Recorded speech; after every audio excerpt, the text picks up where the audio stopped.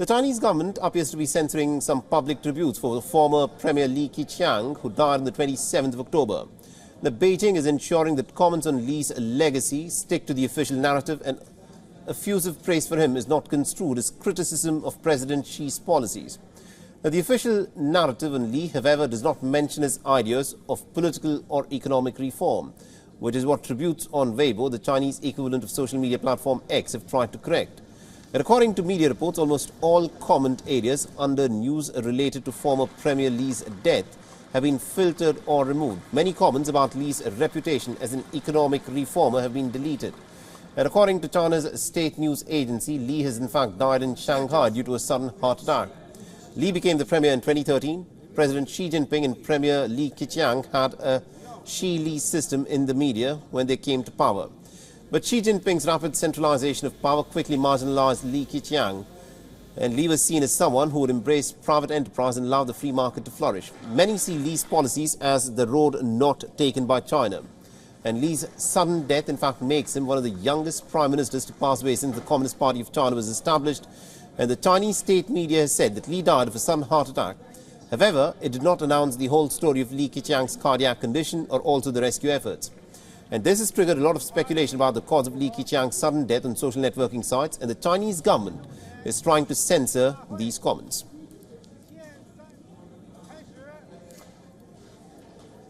All right, now to give us more perspective on this, we are being joined by Mr. Greg Swenson. He's joining us live from London. He's an international affairs expert and also a China analyst.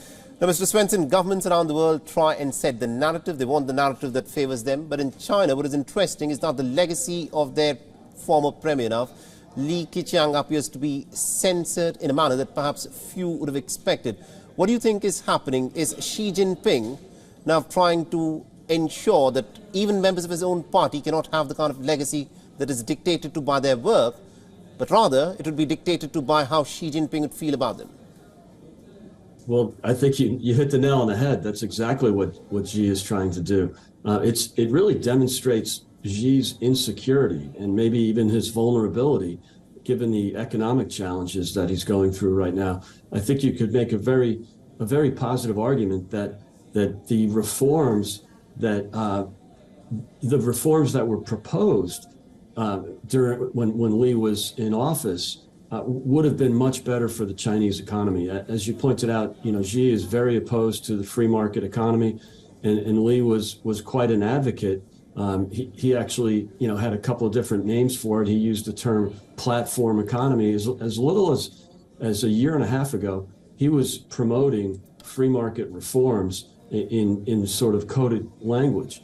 But the pushback from Xi was obvious. So I think you see some insecurity here. You bring up a good point. Most Chinese leaders live well into their 80s, even into their 90s. This is unusual. It's speculation at this point, but it wouldn't be beyond belief to think that Xi would orchestrate something like this. But clearly, in the post-mortem, he's trying to engineer the media and basically censor. So I think it's pretty clear.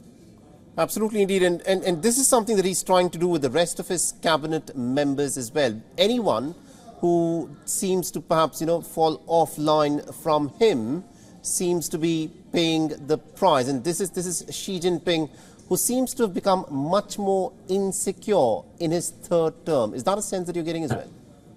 Absolutely. I mean, look, there's a case of the disappearing leaders lately. It's become a one-man party for sure, the CCP.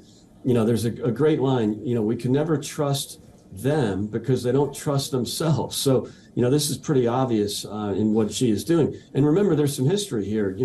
The Tiananmen Square massacre occurred after a pro-reform CCP general secretary, I believe his name was Hu Yaobang, and that's something that probably worries Xi. He can't afford to have social unrest. So if there's too much attention paid to Li, in absentia or after his death, that would maybe excite the people too much. Yeah, so he's very concerned with that, and I think you can look to 1989 as something, as a benchmark that Xi is probably paying attention to.